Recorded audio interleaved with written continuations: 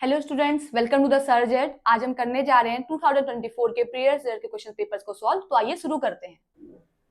हमारा अगला क्वेश्चन है, when magnesium ribbon is burn in air and ash of white colour is produced, write chemical equation for the reaction giving the chemical name of the ash produced, state the type of chemical reaction giving justifying for your answer. ठीक है, कह रहे हैं कि magnesium ribbon को हम जब जलाते हैं, एयर मीन्स ऑक्सीजन, तो एक ऐश निकलती है व्हाइट कलर की।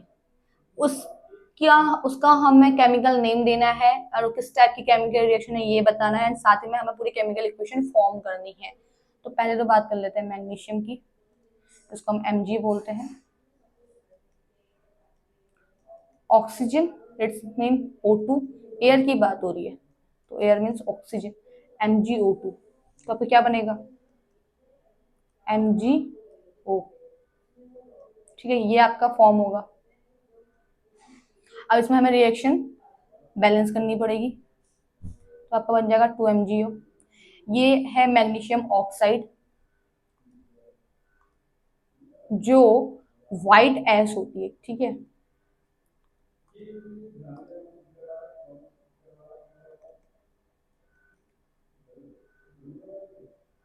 व्हाइट ऐश होती है, इसका नाम है मैग्नीशियम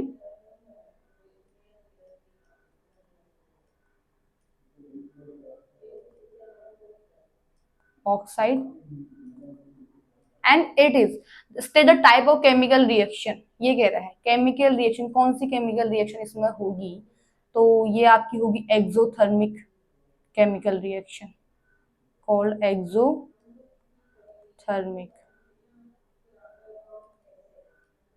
रिएक्शन।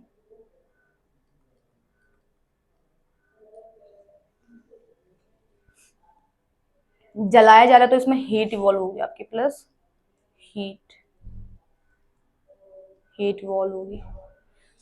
तो हीट इवॉल्व होगी तो ये आपकी हो जाएगी एक्सोथर्मिक रिएक्शन, एंड नेम इसका होगा मैग्नीशियम ऑक्साइड। ठीक है, अगले क्वेश्चन में चलते हैं। Where are auxin synthesized? What do they promote? Phototropism। जो ऑक्सिन है ये एक प्लांट हार्मोन है, it is a plant hormone. ठीक है, ये एक प्लांट हार्मोन है, प्लांट हार्मोन है। कहाँ पे कह रहा है, कहाँ सिंथेसाइज हुआ, तो ये होता है प्लांट के रूट एंड शूट में। रूट एंड शूट्स में ये आपका प्रेजेंट सिंथेसाइज्ड होता है। ठीक है, and how they promote phototropism. ठीक है, तो ये फोटोट्रोपिज्म को कैसे प्रमोट करता है ये पूछ रहा है। जब ये रूट एंड शूट में सिंथेसाइज्ड होता है तो कभी भी प्लांट पे लाइट पड़ती है, तो एक साइड, कभी भी प्लांट की एक साइड पे लाइट पड़ती है, दूसरी साइड क्या होगी, शेडी साइड, जहाँ छाया है, जिस साइड लाइट नहीं पड़ रही, तो जो ऑक्सिन आपका हार्मोन है ये उस साइड डिफ्यूज हो जाता है। ठीक है, प्लांट के सीडी साइड में ये डिफ्यूज हो जाएगा और बेंडिंग करता है। ठीक है, प्लांट की बेंडिंग करता है टुवर्ड्स द लाइट, और जब बेंडिंग हो जाएगी टुवर्ड्स द लाइट तो लाइट वाला जो जिस साइड बेंडिंग हुई, जहां लाइट पड़ रही, वो पार्ट क्या करने लग जाएगा, फिर ग्रो करने लग जाएगा। तो हम फोटोट्रोपिज्म में क्या पढ़ते हैं, फोटोट्रोपिज्म मींस आपका स्टिमुलेशन होता है in presence of light. Stimulate कौन होता है, इसमें स्टिमुलेंस कौन है, लाइट है, कि कोई भी प्लांट है वो लाइट के कांटेक्ट में, अगर लाइट के कांटेक्ट में जो पार्ट आ रहा है उस साइड क्या होगा, फिर उसकी वो ग्रोथ करेगा, उसकी ग्रोथ उस साइड से होगी। तो डिफ्यूज होने के बाद जब ये प्लांट में डिफ्यूज आता है उसके सीडी साइड्स में, तो ये बेंडिंग कर देता है प्लांट की। बेंडिंग करने के बाद कहते हैं फोटोट्रोपिज्म को प्रमोट करता है। ओके, तो अगला question, list any two pairs of visible contrasting character of garden pea plant used by Mendel for his experiment, stating the dominant and recessive character in each pair. कह रहा है कि हमें रेसेसिव एंड डोमिनेंट दोनों type के pairs आपको देने हैं। ठीक है, हम पहले भी इसके ऐसे बहुत सारे क्वेश्चंस कर चुके हैं। तो जब मेंडल ने एक्सपेरिमेंट किया था तो उस टाइम पे उसने दो टाइप के आपके प्लांट लिए थे, dominant and recessive. Dominant and recessive क्या होता है, पहली बात तो देखते हैं कि रेसेसिव क्या होगा और डोमिनेंट क्या होगा, ये देख लेते हैं। डोमिनेंट जो है आपका टॉल प्लांट जिसको हम बोल रहे हैं, रेसेसिव आपका हो गया है ड्वार्फ, जो ड्वार्फ मतलब स्मॉल, जिसको हम स्मॉल टी से डिनोट करते हैं, ये आपका रेसेसिव और डोमिनेंट जो है। अब इसमें दो कैरेक्टर्स हमें बताने हैं। पहली बात तो हम इसी को ले लेते हैं, हाइट ली थी, एक टॉल लिया था, एक स्मॉल लिया था उसने कैरेक्टर, उसको कैपिटल डी से डिनोट किया था, स्मॉल को उसने स्मॉल टी से डिनोट किया था, ठीक है। उसके अलावा उसने लिया था कलर, कलर्स में उसने लिया था कैपिटल वाई, इसको उसने येलो कलर लिया था, स्मॉल इसको उसने ग्रीन कलर लिया था। तो दो कैरेक्टर हो गए। पहला तो आपका हो गया हाइट, टॉल एंड स्मॉल, ठीक है। डोमिनेंट एक रेसेसिव हो गया, डोमिनेंट होगा जो पहला होगा उसको डोमिनेंट बोल देते हैं, हम रेसेसिव ट्रेट बोल देते हैं, रेसेसिव कैरेक्टर बोल देते हैं। तो उसमें हाइट होगी आपकी capital T and small T, और साथ ही में हमने कलर ले लिया, दो टाइप के कैरेक्टर्स ले लिए, येलो एंड ग्रीन। तो दो कैरेक्टर्स एक्सपेरिमेंट में लिए थे मेंडल ने अपने। उसके बाद अगला, when we do when do we say that a particular person is suffering from hypermetropia is to cause of his defect, name of the type of lens used to correct this defect, ठीक है। Next question is, draw a label diagram to show the pattern of magnetic field lines produced due to a current carrying straight conductor, mark on it the direction of current in the conductor and the direction of magnetic field lines, ठीक है। हमें current का direction बताना, magnetic field lines का direction बताना है।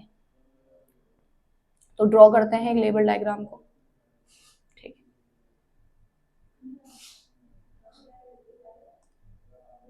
ये जब हमने मैग्नेटिक फील्ड लाइन जब आपने पढ़ी होगी तो वहां पे आपने ऐसे करंट कंडक्टर बनाया होगा,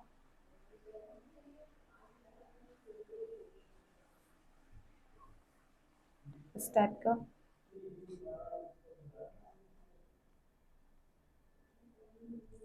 कुछ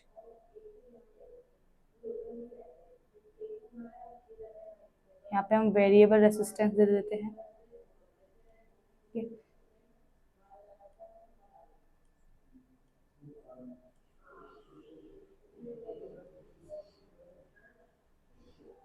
मीटर पॉजिटिव एंड नेगेटिव,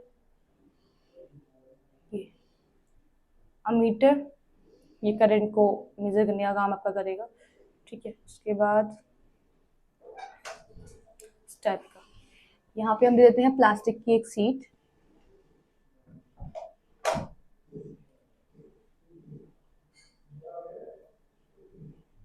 ठीक। ये आपकी मैग्नेटिक फील्ड लाइंस हैं।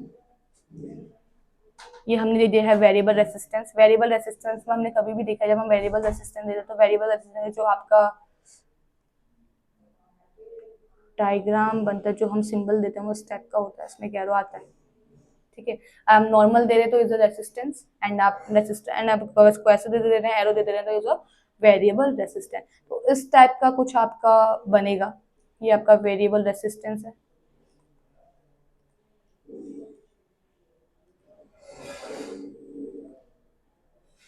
ये आपका की हो गया, ये अमीटर है, इसको हम ए मीटर बोल देते हैं, ठीक है। ये आपकी बैटरी हो गई, and it is a plastic sheet, जो ये है आपकी प्लास्टिक सीट,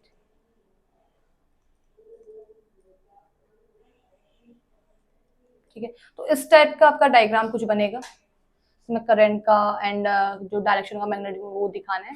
तो ये इस टाइप का कुछ डायरेक्शन बन गया, या ये कुछ सर्किट इस टाइप का फॉर्म होगा, ठीक है। Is a label diagram of magnetic field lines produce a current carrying conductor. ये जो आपका है ये करंट कैरिंग कंडक्टर है, okay.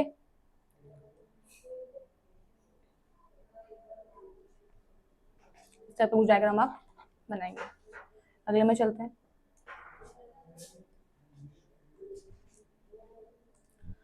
What are decomposers list to consequence of their absence in an ecosystem? Decomposers क्या होते हैं, ये पूछ रहे कि डिकम्पोजर्स का काम क्या है, डिकम्पोजर क्या करते हैं। अब डिकम्पोजर एक माइक्रो ऑर्गेनिज्म है डिकम्पोजर्स। अब काम क्या करते हैं, डिकम्पोजर्स का काम होता है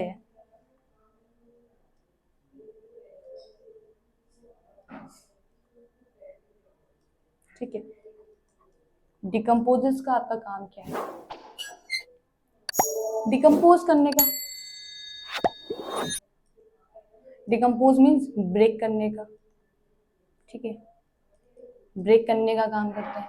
ब्रेक मीन्स कोई भी डेड प्लांट है या एनिमल है उसको ह्यूमस में कन्वर्ट करना, उसका ब्रेक डाउन करने का काम, सॉइल में ब्रेक डाउन करने का काम किसका होता है? डिकम्पोजर्स का होता है, ठीक है।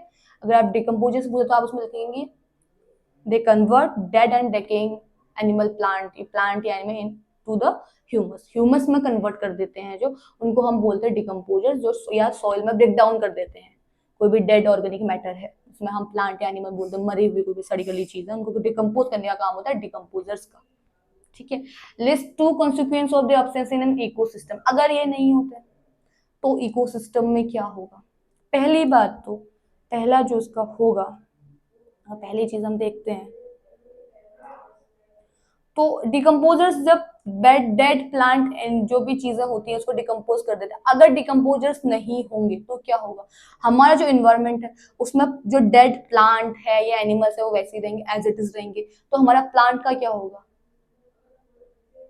क्लीन नहीं होगा, ठीक है, जो भी चीजें हैं वो हमारे इसमें रह जाएंगी।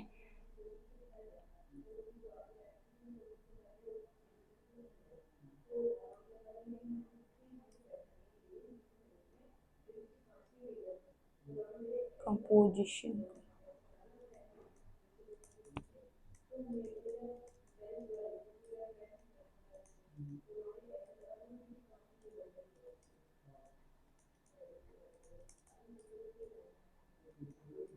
अगर डिकम्पोजर नहीं होंगे तो डिकम्पोजिशन नहीं होगा, हमारे इन्वायरमेंट में जो हेल्प होती है उसको क्लीन रखने में वो नहीं होगी, ठीक है, क्योंकि डिकम्पोजर्स का काम क्या है? एनवायरमेंट को क्लीन रखने का, वो काम नहीं होगा। और क्या होगा? एक्यूमुलेशन हो जाएगा,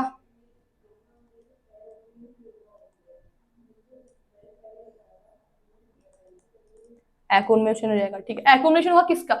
अगर डेड ऑर्गेनिक मैटर है वो प्लांट एनिमल कुछ भी, अगर वो डिकम्पोज तो उनकी क्या एक्यूमुलेशन हो जाएगा, वो बढ़ जाएगी, संख्या बढ़ जाएगी। तो dead organic matter, dead plant animal का क्या होगा? एक्यूमुलेशन होगा और डिकम्पोजिशन नहीं हो पाएगा, हमारा जो इन्वायरमेंट है वो net and neat and clean नहीं रह पाएगा, ठीक है।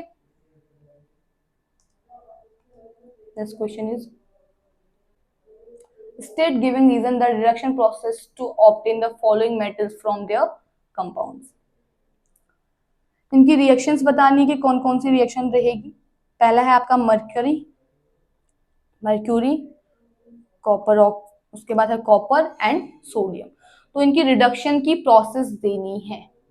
अब मर्क्यूरी एंड जो कॉपर है आपका, they are less reactive elements, बहुत ही लेस है, जो रिएक्टिविटी सीरीज हमारी आती है उसमें बहुत नीचे रहते हैं, तो बहुत ही कम रिएक्टिव वे रहते हैं, तो इनका रिडक्शन करवाते हैं। अगर हम मर्क्यूरी के लिए रिडक्शन करवाएं, इनकी रिडक्शन प्रोसेस करवाएंगे तो हम लेते हैं मर्क्यूरी MgO। अब सॉरी, ये किस में कन्वर्ट होगा?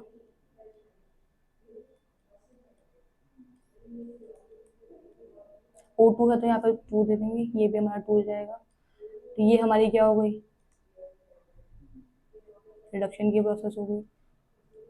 तो अगर हम रिडक्शन करवाते हैं तो बहुत इजीली हमें मर्क्यूरी फॉर्म हो जाती है, ठीक है, because it is a less reactive होगा तो बहुत जल्दी रिडक्शन हो जाएगा। सेकेंड है हमारा कॉपर, कॉपर। अब देखिए कॉपर का रिडक्शन हम कैसे करेंगे? कॉपर का पहले ऑक्सीडेशन होता है उसके बाद रिडक्शन हो जाता है, तो कॉपर का रिडक्शन कैसे करेंगे? ऑक्सीडेशन करा देंगे हम,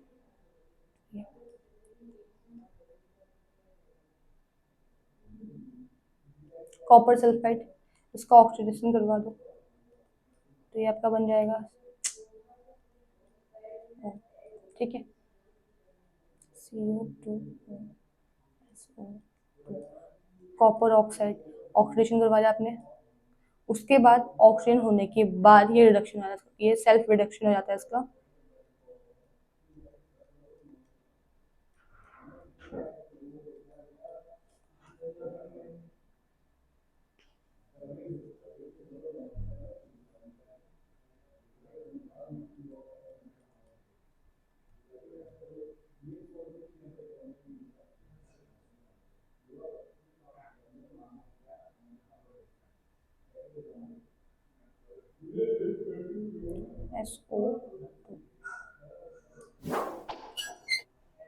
ठीक है, इस टाइप का कुछ होगा, इसका सेल्फ रिडक्शन हो जाएगा यहाँ से, ध्यान दीजिए। तो कॉपर यहाँ से हो जाएगा, रिड्यूस हो जाएगा, ये बनाएगा आपका SO2। तो जब हम CU2S कॉपर सल्फाइड की रिएक्शन करवाते हैं, कॉपर सल्फाइड की रिएक्शन कराएंगे हम कॉपर ऑक्साइड से, ये कॉपर एंड कॉपर क्या करेगा अपने आप को सेल्फ प्रोड्यूस कर देता है और कॉपर एंड SO2 में कन्वर्ट हो जाता है। तो पहले हम ऑक्सीडेशन करवाएंगे सल्फर ऑक्साइड का, उससे हमें सल्फर ऑक्साइड मिलेगा, उसके बाद उसका रिडक्शन करवाएंगे। ठीक है, रिडक्शन प्रोसेस होगा, ये बहुत ही लेस रिएक्टिव है, तो ये बहुत इजीली रिड्यूस हो जाते हैं, बहुत इजीली रिडक्शन हो जाता है। उसके बाद देखते हैं लास्ट आपका सोडियम।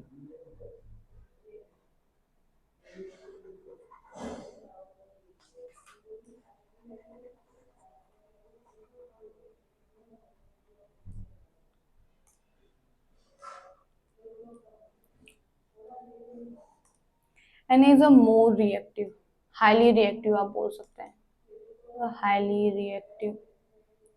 ठीक है, हाईली रिएक्टिव होता है, हाईली रिएक्टिव होने की वजह से ये कैथोड एंड एनोड में कन्वर्ट होता है। आप NaCl को आप देख लीजिए,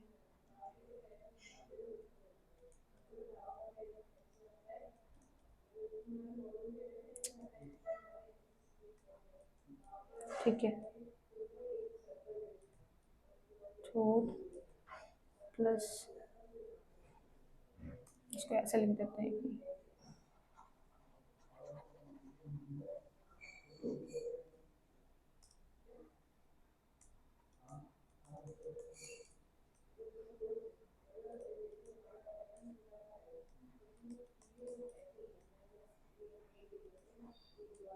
ठीक है, ये आपका एनोड हो गया, ये आपका कैथोड। तो कैथोड और एनोड में इसका रिडक्शन होता है। ठीक है, तो mercury and copper is a less reactive and sodium is a highly reactive.